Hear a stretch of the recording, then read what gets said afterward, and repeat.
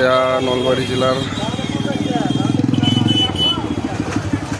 মুকালমুৱাৰ সাপ্তাহিক বজাৰ আৰু ইয়াৰ ব্ৰহ্মপুত্ৰ নদীৰ পাৰত বজাৰখন প্ৰতি মঙলবাৰে অনুষ্ঠিত হয়।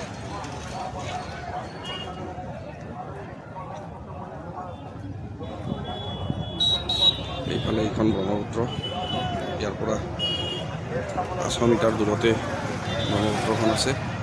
বাৰিষা দিনত ইয়ালৈকে পানী আহে। এইখন বজাৰ এইফালৰ পৰা আৰম্ভ হৈ এনেকৈ এইখন বজাৰত সকলো বস্তু পোৱা যায়, দেখুৱাই থাকিম।